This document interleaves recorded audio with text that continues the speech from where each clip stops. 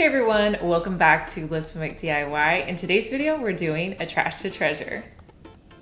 If you guys follow me on Instagram, you know that I've been remodeling a camper. So I've been looking for decor that I want to put up in there.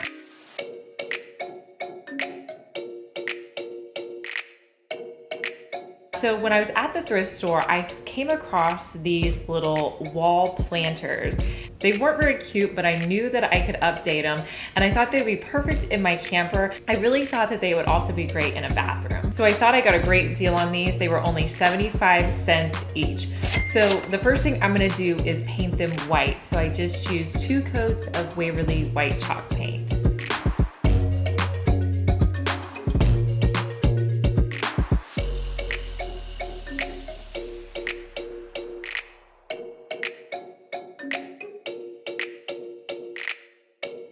Now, since the surface of these wasn't very nice, I don't want to distress because I don't really like what's underneath, but I want to add to it. So I wanted it to have kind of a black accent to it. So I'm just going to use some basic black acrylic paint, and I'm going to use a stencil brush.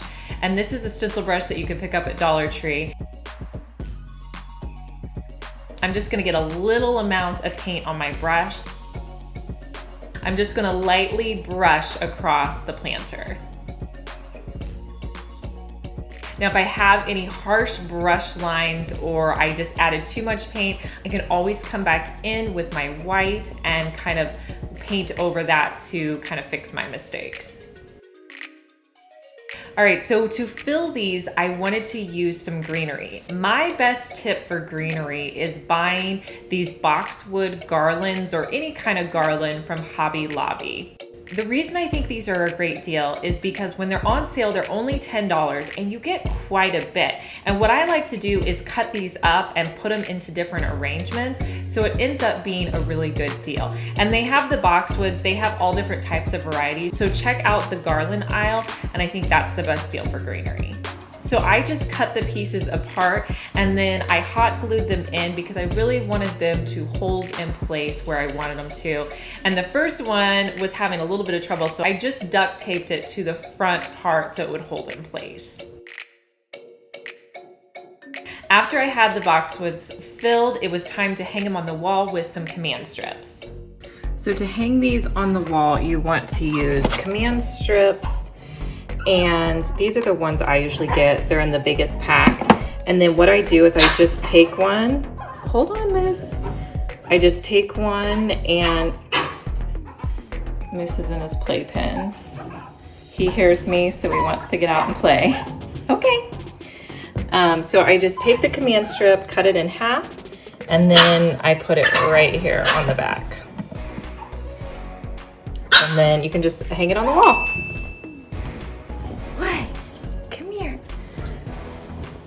I told you, not getting anything done with this little puppy at home. Here's a look at how the wall planters turned out.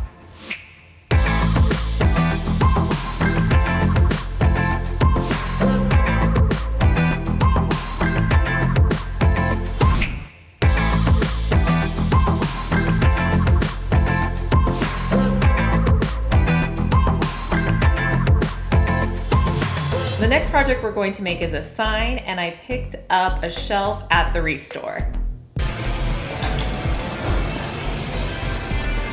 You guys, this is one of my favorite areas. I just did a trash to treasure video where I showed you how to use these shelves. They're $1 here. They're great for making signs. I used them to make a couple of little wood presents, but there's so many things you can do with them. So I definitely come here for like scrap wood. It's so much cheaper than going to Lowe's or Home Depot. So to my shelf, I'm gonna add 2 coats of Waverly white chalk paint.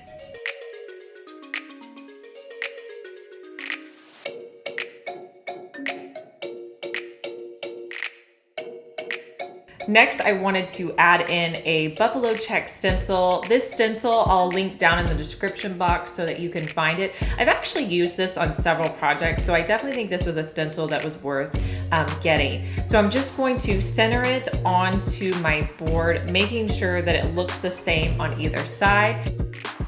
I'm going to tape it down with some painter's tape just so it doesn't move around as I'm working.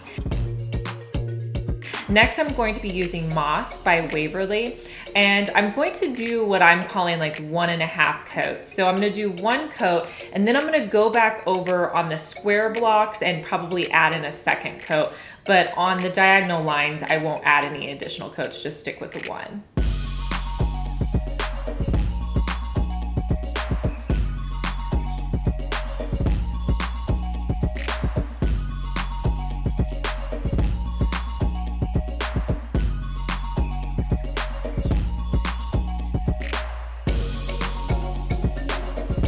Next, I'm going to pick the stencil up and move it down a ways to finish it off. And you can do that as it's still wet. That works out just fine. Just make sure you line up your stencil and then finish out your buffalo check.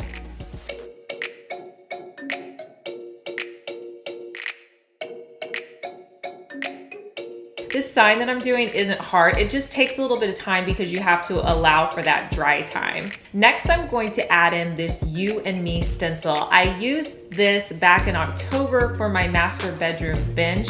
I just added it to the center and I love the way it turned out, and I think it was perfect in a master bedroom.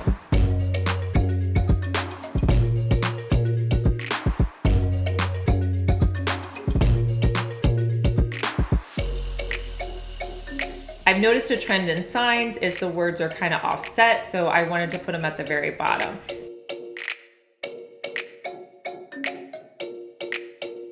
Next, I'm going to use the color Elephant by Waverly, which is just kind of like a medium gray color, and a stencil brush and stencil in.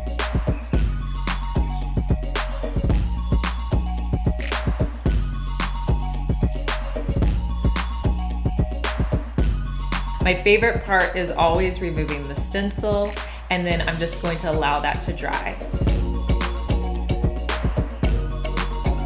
Now, if you don't want to purchase the stencils, if you have a Cricut, you could always cut these out and make them yourself as well. Here's a look at how my sign turned out.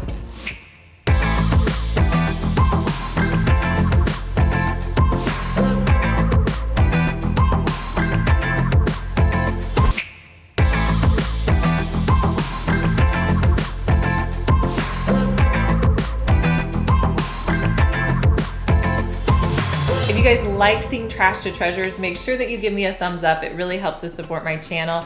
If you're new here, make sure that you're subscribed. I post 3 DIYs each week, and if you missed our last DIY, I'll link it here for you, and I'll talk to you guys in our next one. Bye.